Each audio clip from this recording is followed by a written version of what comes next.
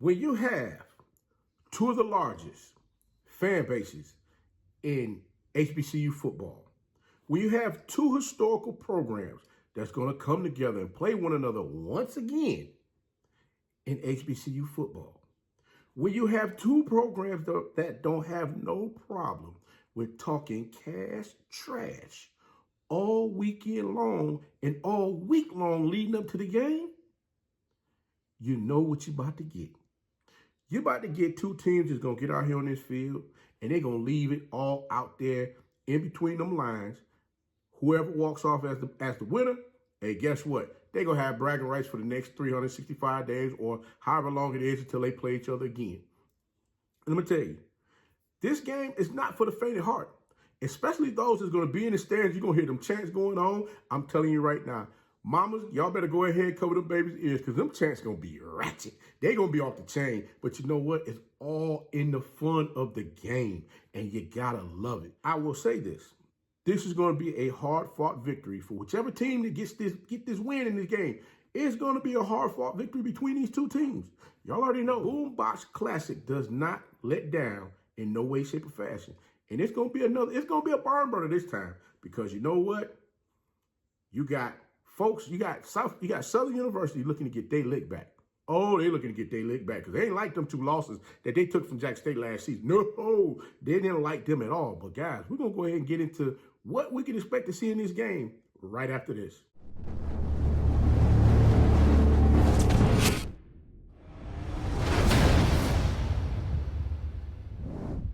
Your favorite coach back at it again, 10 toes down, about to tell you how it all went down. This is Tomorrow Leader Sports Network with your host, Coach Walker. If you're new to the channel, please like, share, subscribe. Hit that notification bell so you can get all upcoming videos. For all my leaders out there, welcome back. Y'all know the drill. Y'all know the routine. If you haven't done so already, please like, comment, and share these videos. And tap in the friend to tell them to come on in. It's number positive vibes. We're just having a good time talking about HBCU sports. And don't forget, you can follow us on all social media platforms. The links are listed down below in the description. So without further ado, let's go ahead and jump on in this thing and get straight to it. Because I know you're like, Coach, what the world are you talking about? The Boombox Clash and all the chants going to be crazy. And is it going to be chaotic out there? Guys, listen to me. I love going to games where I'm going to have me a good time, especially some HBCU games where it's going to be a lot of fun banter going on between the two programs. These two programs, they go back and forth at each other all year long. It doesn't matter what sport it could be. Man, they could be out there playing cornhole on a Saturday. It could be one Southern person and a Jack State person, and guess what? They going to go at it. They're going to talk about the cornhole game as well as what their different sport teams did against one another all year long. So trust and believe, this thing here is just going to be fun to watch. It's going to be a great game to sit back and see how everything turns out. Because remember, both of these teams are coming off of a loss last week, scoring only what? 10 points. So, you know, both teams are looking to get a little bit of, get that swag back as far as, you got to get that mojo to let everybody know, hey, listen, we still here. We still here. Ain't nothing changed. Hey, we took one on the chin, but we're going to keep on pushing. And like I looked at last season, matter of fact, I was at the Southern game last season where the homecoming game, that was with ESPN game day. Everybody came down for the game and whatnot.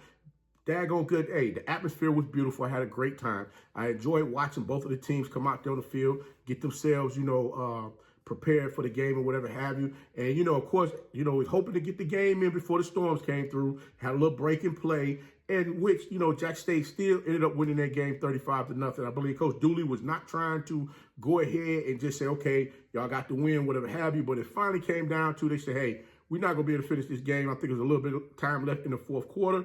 But they wanted to get some get back when they played each other again in that SWAC championship game, in which Southern lost that game 43-24. But one thing I kept in mind, though, there was some things Coach Dooley took away from that first game when they played with another at Jack State homecoming. And that was they weren't able to move the ball as well as they wish they were able to in that game.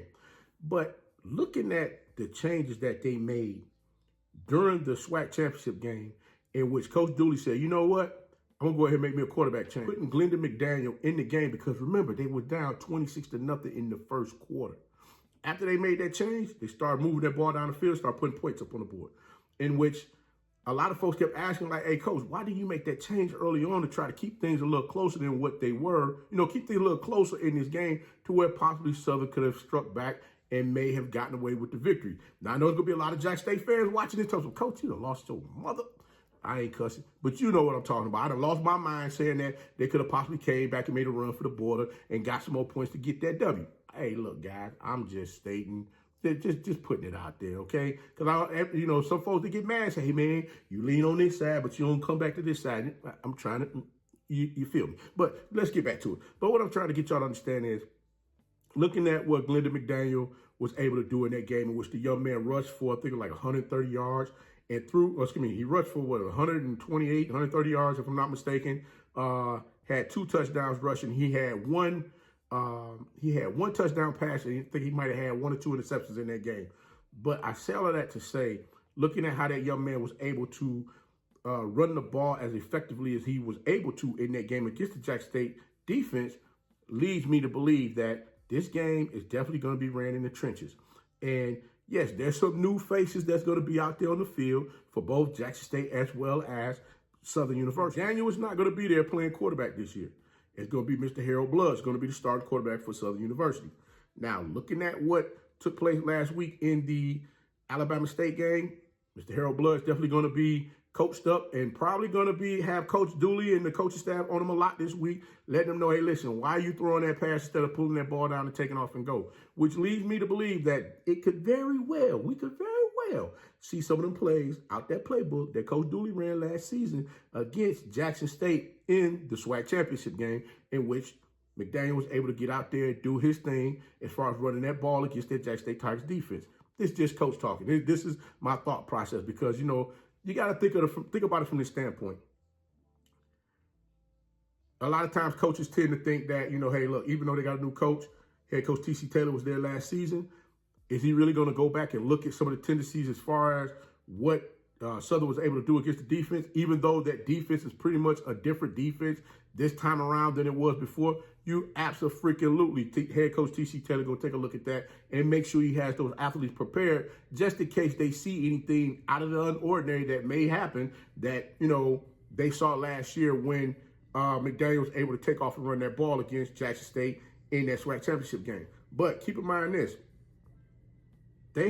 Southern has a couple of new faces, like I said, on the team. You got Gary Quarles, who's a offensive Swiss Army knife from Alabama A&M University, running back, in which you bring him into the program, you get him out there on the edges, and you allow him to do that thing that he does, which is give you any and everything that he has in him to make sure he's able to continue to keep pushing that offense down the field. He's going to get you them yards that you need, those hard, tough yards. He's going to get them for you if you have him in the right position to do out of the ball.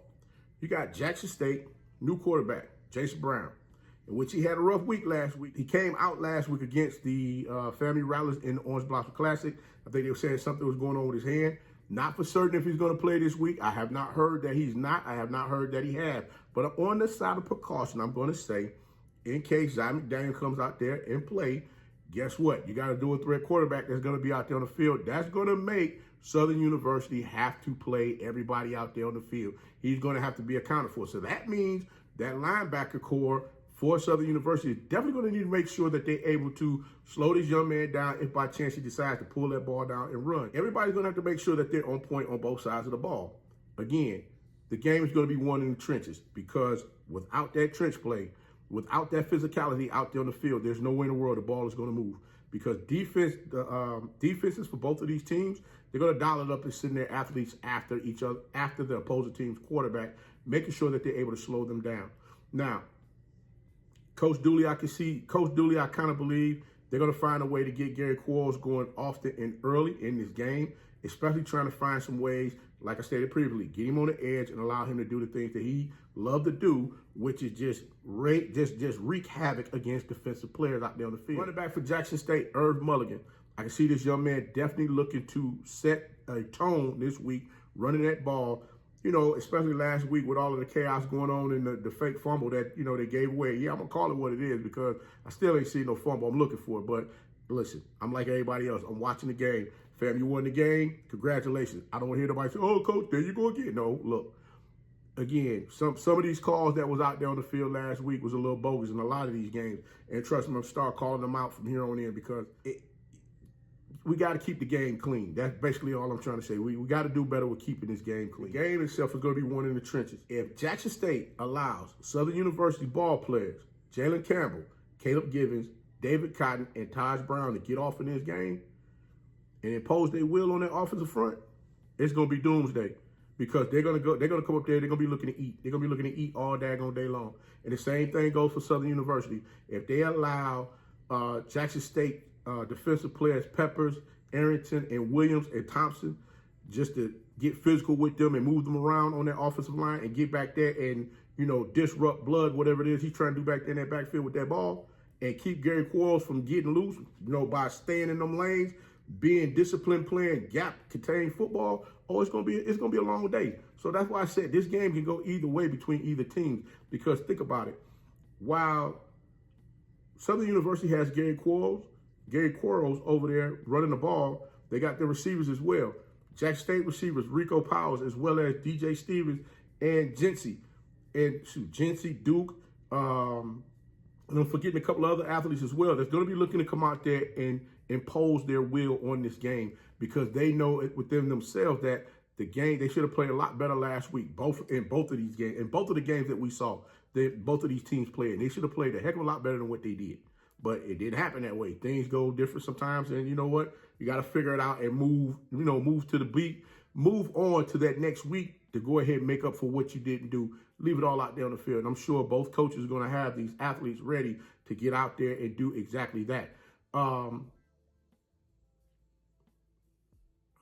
One thing I say for certain is looking at Southern University as far as the passion out there on the field.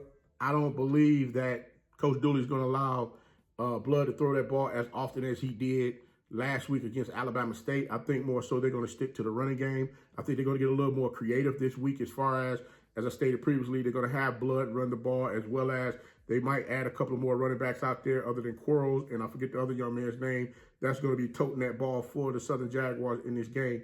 Irv Mulligan is going to be that guy for Jackson State, as well as hopefully you may see Seth McGee and may see a couple other players that's going to end up out there on the field lining up for Jackson State that's going to play. So this is definitely going to be a good chess match between Coach Dooley and head coach T.C. Taylor over at Jackson State to see exactly what's going to go on. But I will say this, I honestly believe this game is going to be tight. This is going to be a tight game. This is going to be a game kind of like that game where the game between Jackson State and Southern University 2 years ago when they played in Baton Rouge, where it came down to that last second stop that a lot of the Southern fans are still saying that running back did not fumble that ball. That running back crossed the line of scrimmage, actually crossed the plane to score the touchdown in which Southern should have won the game. So all I'm saying is that's how tight this game is going to be. That game is going to come down to the wire to see who's going to be able to bring it home to get that W in this game. So my prediction for this game, 20-17, pick 'em. I'm telling you right now, pick 'em. And I know y'all like, Coach, well, why you ain't picking them this week? The reason why I'm not picking either team, because it can go either way. I see a lot of similarities between the two teams. They do have, you can check off certain things for each team in which I've named them, as far as the line play, the linebackers, so on and so forth. So there's going to be a lot of different things that we're looking at to see what's going on. Quarterback play is going to be key. I'm looking to see if by chance Coach Dooley have to make that change as far as with changing out Blood to bring somebody else in. Who will that person be? Will it be Noah Botton finally getting the opportunity to get out there, get warmed up, and play the position to go ahead and move the Jaguars down the field, or will it be one of the younger quarterbacks that they're going to bring into the game and allow them to go and do their thing?